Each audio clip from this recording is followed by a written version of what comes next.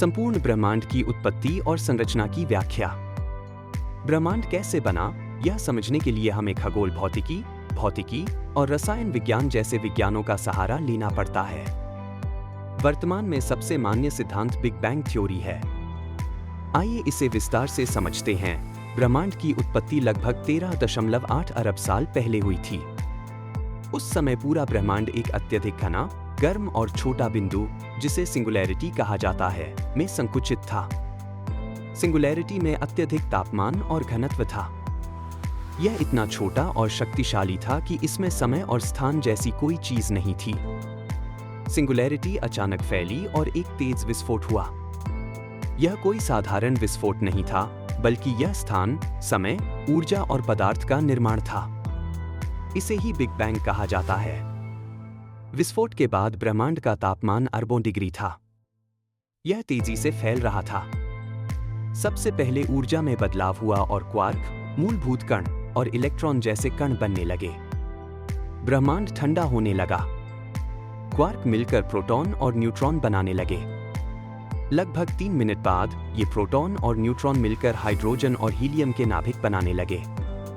लगभग 3,80,000 साल बाद ब्रह्मांड इतना ठंडा हो गया कि परमाणु बनने लगे। प्रकाश, फोटोन, मुक्त होने लगे। इसे कॉस्मिक माइक्रोवेव बैकग्राउंड (CMB) कहा जाता है, जिसे आज भी देखा जा सकता है।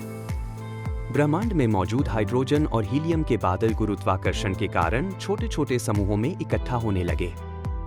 इन समूहों ने धीरे-धीरे तारों और आकाशगंगाओं का निर्माण किया।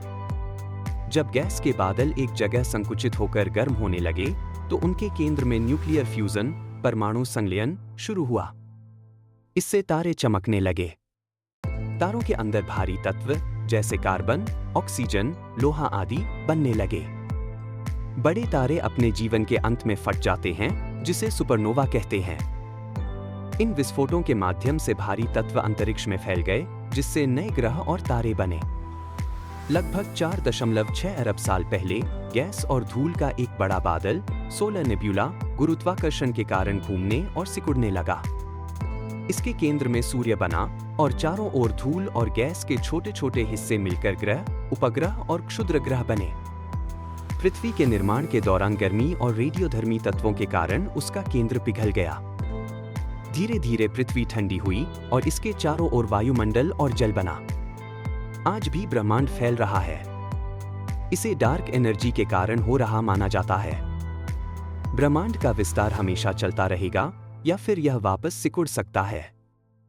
यह निर्भर करता है कि डार्क एनर्जी और गुरुत्वाकर्षण में कौन ज्यादा प्रभावशाली है। विज्ञान ने ब्रह्मांड की उत्पत्ति और संरचना को समझने में काफी प्रगति की है, लेकिन अभी भी कई सवाल अनुत्तरित हैं, जैसे डार्क मैटर और डार्क एनर्जी क्या है? सिंगुलैरिटी से पहले क्या था? इन सवालों के उत्तर खोजने के लिए वैज्ञानिक शोध कर रहे हैं।